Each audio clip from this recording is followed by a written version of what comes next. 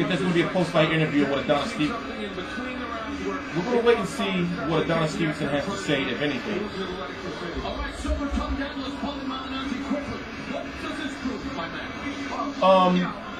Second round stoppage. I don't want to hear it. I don't want to hear it. Hey, listen. Hey, listen. First, let me say.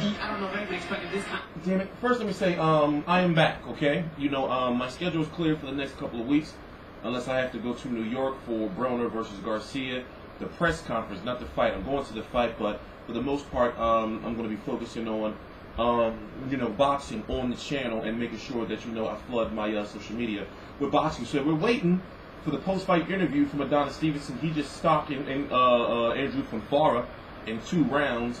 You know, he was, put it this way, a lot of people didn't want to see the fight, but I was open to it because the first fight was a good fight. Also, looking at the political landscape of the 175-pound division, who do we want to see Adonis Stevenson fight? We only want to see him fight the winner of Ward versus Kovalev. But the thing is, there's too much political shit involved in it. And then when the WBC did something somewhat unprecedented, let's listen to this. Thank you. This was a total onslaught. How would you describe this? You know, I wasn't focused on the fight, and you see what happened. And you know, Fonfara try it, you know, but I won't be ready for the fight. My hands will be very good, so you see what happened. Left hand did not seem to be bothering you. You said it was a problem last time. Yeah. And you seemed much more focused than you were the first time. Did you just overlook him in your first fight? You know, the first fight is sure, but I know Fonfara is very dangerous. He's a good fighter, and so I was very focused on him, and that's why you know what I'm saying. And I catch him when I have the chance to catch him. I catch him, you know. You knocked him down in the first fight in the first round. You did the same thing here tonight. Were you determined this time to end the fight so it didn't continue? But I know because I was very ready, and I take my time. Like I said, when I talk, I'm gonna take my time. I take my time, and you know, I finish the job. Let's take a look here at the monitor, Adonis, and tell us about the knockdown here in the first round. As you take a look right here, tell us what was happening.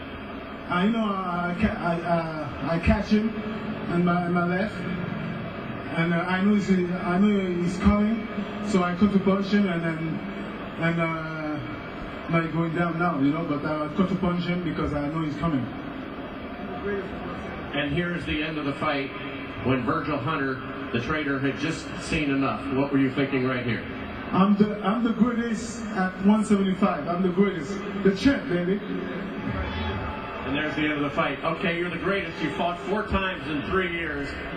Will you now take on a later Alvarez who is the mandatory, or what would you like to do? You know what I'm saying? Let Al Heyman take care of it. First of all, I want to thank Al Heyman. This is Al Heyman to gonna check out everything, you know. So me, I'm the greatest. I'm the king. So I don't have to call anybody, baby. I don't have to call anybody. But you just have to fight somebody. You got to do something. You've been very inactive, even though you're now. Again, you know, I'm Superman. Where would you like to go? I'm Superman, baby. You're Superman, but Superman likes to fight, doesn't he? You know, whoever Al Heyman put me, I'm ready, baby. Whoever Al Heyman put me, I'm ready, baby. All right, congratulations, Adonis. Thank you. All right. So Virgil, let's talk to you first. Did you just see enough this evening in the second round? Well, there was no need to continue. You know, he was hurt in the first round. He survived, but even when he came back to the corner, he wasn't all the way there. I told him in the second round, don't even throw a punch. Just defend until you see get yourself back. But this fight, these things happen. I thought he was doing quite well until he fell in and got caught with a punch. But it's a game of inches, and just that little inch and a foot, whatever it was, it was enough to put him in distress. What was the difference in this fight? Just that he caught you harder here in the first round? What's the difference? You know, he got me in the second round, some punch, you know, and this changed everything. You know, I tried to punch him right overhand, and he got me, like, I think so. He's that hook, and after that I was not same. But you know, he showed me tonight he's really champ. You know, I must rest now, back to workout again, train harder, and come back harder. The trainer did a great job in protecting you. Do you agree with what he did? Of course, now I got family, he know that, then he want to protect me, because, we know, everybody know, Stevenson is like a great fighter. He got a very hard left hand, and if I stay in the ring, he can knock me out, more. But, like I say, this rematch don't go like I feel, but Stevenson is a great champion. He won the fight. That's all. Glad you're okay. Thanks for your time. Thank you. All right, Goro, back to you. All right, so listen, I'm sorry that shit ran long, man. Sorry, that's been pretty much what I do. I gotta explain it because a lot of people get pissed off. I cover the fights a moments like after the fight goes off. Like all of this was real time. Maybe, probably like yeah, that was real time. I didn't rewind. Yeah, so we play the post-fight interview because it's all live, real time. So Adonis Stevenson ain't say shit. And if you look at his resume, let's get into the nitty-gritty of things. Go look at his resume since he won the title from Chad Dawson in 2013.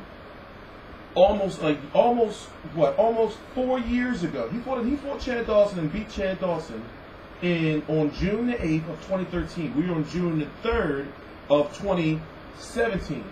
He went on to fight Tony Bell. He went on to fight Tavares Cloud. He went on to fight Tony Bellew. He went on to fight Fonfara. Now Tony Bellew and Fonfara, at that point in time, and a lot of people may say, looking at where, Tony Bellew is now, they consider those good fights, right? He went on for Fonfara. There was a lot of outrage on him fighting Fonfara because at that point in time, this was the time when he had jumped ship from HBO over to Showtime and basically, openly, at that point in time, openly ducked Sergey Kovalev. So then, he fought Fonfara. It was a good-ass fight, a fight that he really had to dig deep. And we also saw some of the limitations to Adonis Stevenson is that, when it comes to punches, right? He doesn't have like a variation of punches.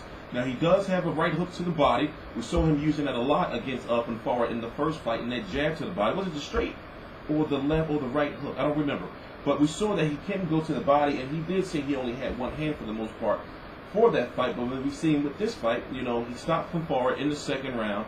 And it was pretty much just death by, not death, let's not use that term, but it was, it was a lot of left hands.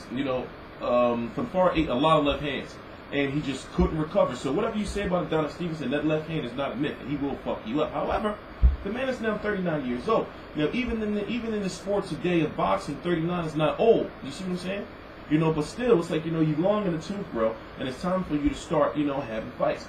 That means something. And if you look at the landscape and you look at what I've been learning about this Ivan Michael or Michel, how do you pronounce his name? This guy who's been promoting him, promoting Jean Pascal, Lucien Boutte. He's been trying to keep, his fighters fighting each other and setting his fighters up to fight each other.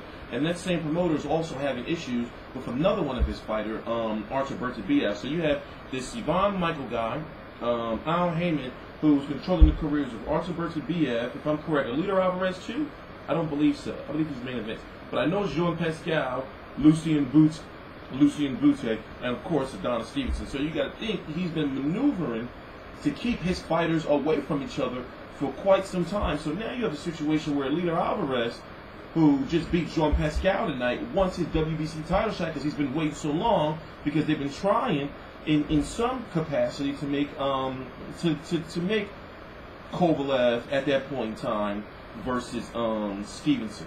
But in the way, I have to look at Stevenson's side to an extent, when it comes to this bout, because there's been 3 stages. There was the stage when they were both on HBO. Adonis Stevenson left for HBO. That was the stage where the WBC had ordered Sergey Kovalev to fight, was it Jean Pascal, to be the mandatory, right? Even though Kovalev at that point in time had 3 belts. Normally, an organization won't make you a mandatory if you're a champion within other organization or other organizations. So the WBC, did something unprecedented when they said, okay, the winner of Jean Pascal versus, Sergey Kovalev is going to be the mandatory for Steven. So we're going into the second phase now. Remember, the first phase was when they were both on HBO. Adonis Stevenson, Al Heyman fighters pretty much jumped ship at that point in time. The second phase was after Sergey Kovalev beat Jean Pascal. There was a purse bid. What was that? I believe in April of 2015 that Sergey Kovalev had dropped out of because his team, from my understanding, Main Events, wasn't confident enough that they could win a purse bid you know, to fight Adonis Stevenson. And at that point in time, the fight would have likely took place on PBC or wherever PBC wanted to put it, you know, and Main Events withdrew Kovalev from that purse bid. You see what I'm saying? Because their money wasn't right. So now we're in a situation where, you know, it was a third phase, like right before the Kovalev-Ward, you know, fight came official, or around the time of Kovalev, Ward had re-signed back with HBO. You know, now it's like we don't know what the hell is going on, because even though we see Al Heyman fighters now fighting on HBO, certain Al Heyman fighters don't go to HBO, and also I really think they're trying to steer away from pay-per-view, and Kovalev, if he beats Ward, will have to go over there. But I don't think personally that Kovalev is going to beat Ward. That's just my personal opinion, but don't worry about my opinion. Worry about what I'm saying is, if Andre Ward was to win, a fight with Andre Ward and Adonis Stevenson, I don't think is going to happen. I think that if Ward wins, he's probably likely going to retire, you know, because he'll be cool with the money that he's made.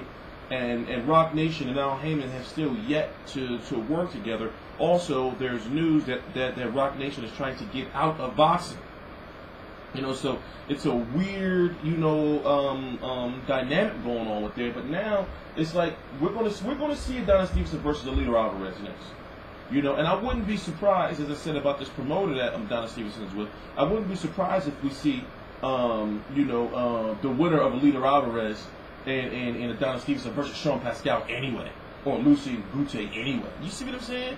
You know, then that's just the way I feel about that promoter after researching and watching his moves over the last several years. I mean, come on, look at his resume. You know, then don't get me wrong, when you think about, okay, what other competition he could have fought out there, I'm sure there were other fights, but at the same time, not to get too much on Adonis Stevenson back, I do know that the 175-pound landscape is not really much there.